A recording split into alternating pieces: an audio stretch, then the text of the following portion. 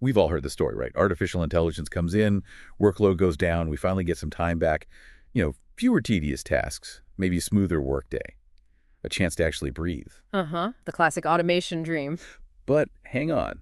There's this new study that, well, it throws a bit of a curveball.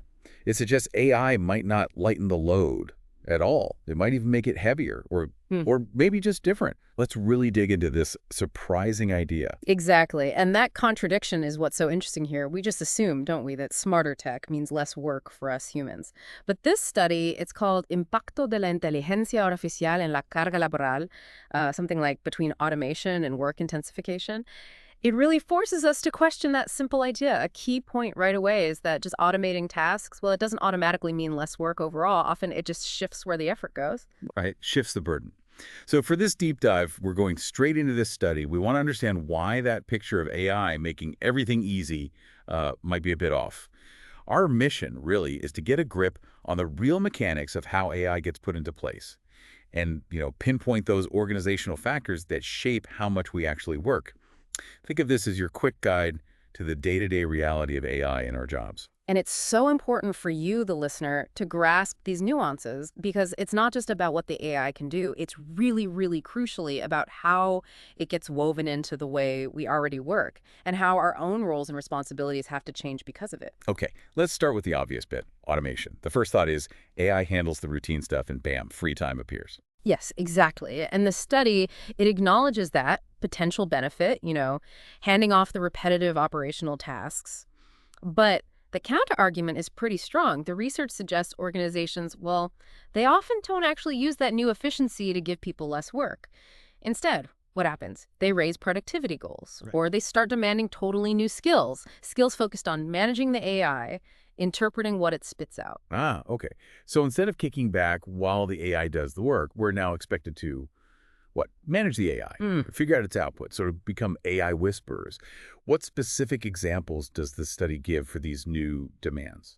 Well, it specifically mentions things like needing more supervision of the AI systems, interpreting the data they generate, validating their results. Think about it, right? If an AI writes a draft marketing report, someone still has to check it. Make sure it's accurate, make sure it meets regulations, make sure the insights actually make sense for the business.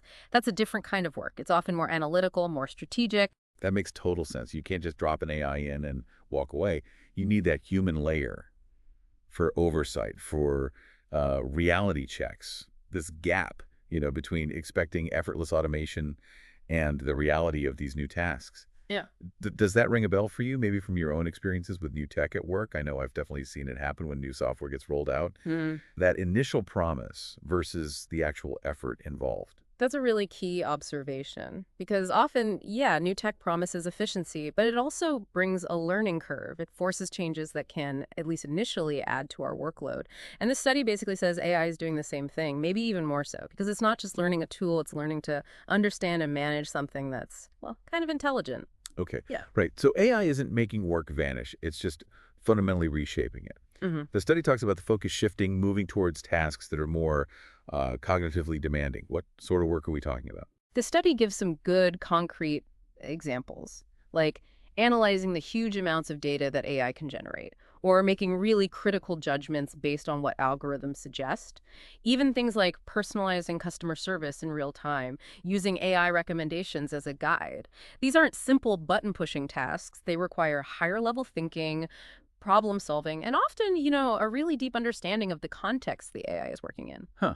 So the physical effort might go down in some jobs, sure, but the mental effort, the brain power needed, could actually go way up. And I can see how that leads to a different kind of exhaustion, maybe one that's harder to spot because it's not physical. Precisely. And building on that, this gets us to what the study calls the hidden costs. These are the cognitive and emotional loads that come from humans and AI working together. It's not just the effort of analyzing data. It's the constant need to monitor, to interpret, and this is critical, to correct the AI when it gets things wrong. Cognitive load, that mental bandwidth you need just to keep track and make sense of the AI. That becomes a really big factor. That sounds exhausting. That constant monitoring, like you can never fully switch off because you always need to be ready to jump in and fix things. Exactly. And the study also points to the emotional pressure, especially in fields like healthcare or commerce or financial services, places where the decisions have real human impact. Imagine the stress. Having to trust an AI, but also constantly double check it, especially when it's making suggestions about someone's health or finances. Can you, listening right now, imagine the mental energy that takes?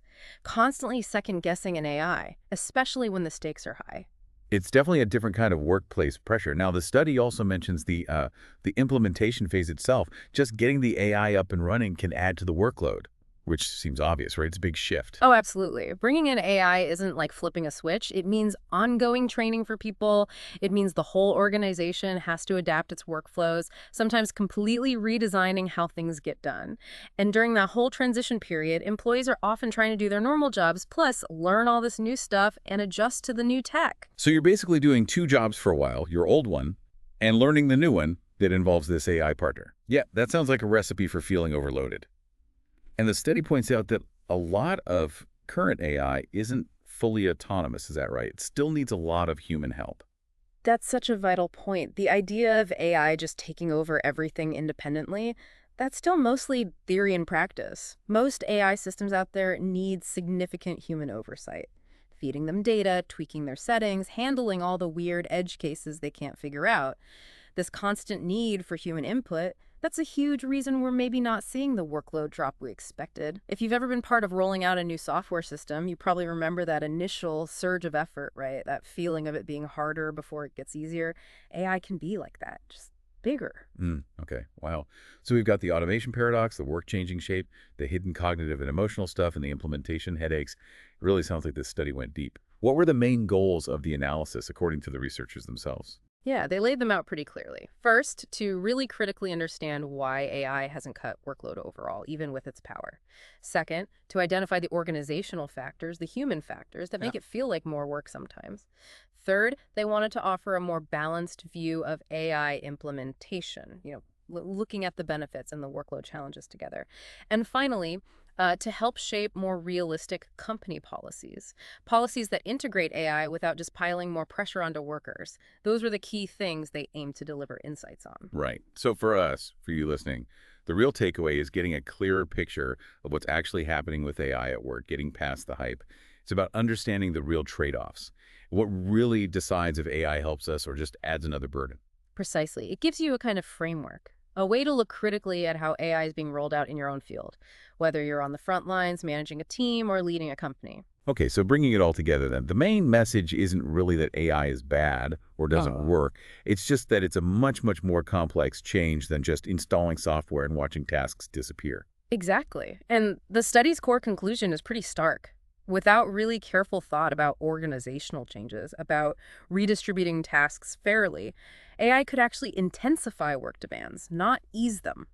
It really hammers home the point that technology by itself isn't the answer to overload.